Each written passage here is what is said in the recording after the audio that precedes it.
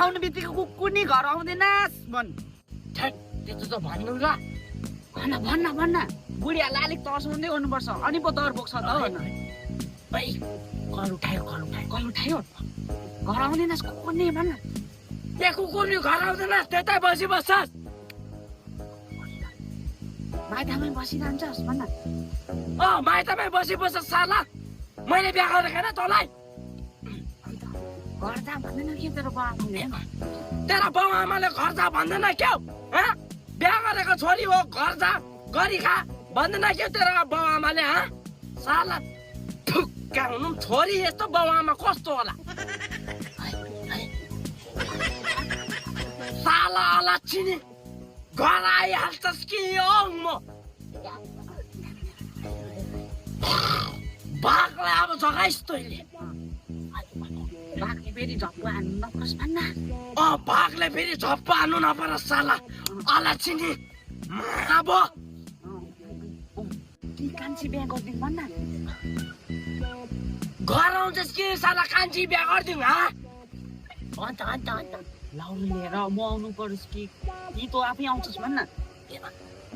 लौरो लिएर म आउनु कि आफै आउने घर? अन्त अहिले तेरो बाउलाई अहिले घिच्रोमा अहिले खुकुरिरहेको अहिले टेबल टक गर्नु आउनु नपरोस् भन्न। अहिले तेरो बाउको अगाडि नि अहिले सिरुपाती खुकुरीले घाँटीमा राखेर नि टेबल टक गर्नु नपरोस् है बुझेस्? तेरो बाउको अगाडि तँलाई सार्दै ल्याउनु नपरोस् भन्न। तेरो बाउको अगाडि साला तेरै बाउको अगाडि तँलाई घिसार्दै ल्याउनु नपरोस् नि फेरि। तेरो बाउको घाँटीमा सिरुपातीको धार सँगसँगै हुन्छ नि फेरि बुझेस्? साला मामुली सम्झिनु मलाई। हजुर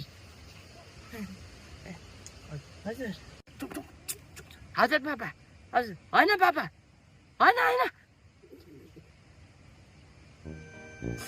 ला बर्बाद भए म। सासु आमा मरिस? होइन बुढी अर्कोसँग गयो के हो? हुँदै होइन अनि के चाहिँ भएर तँलाई के भन्न? फोनमा बोल्ने अप्पा थिएछ पापा।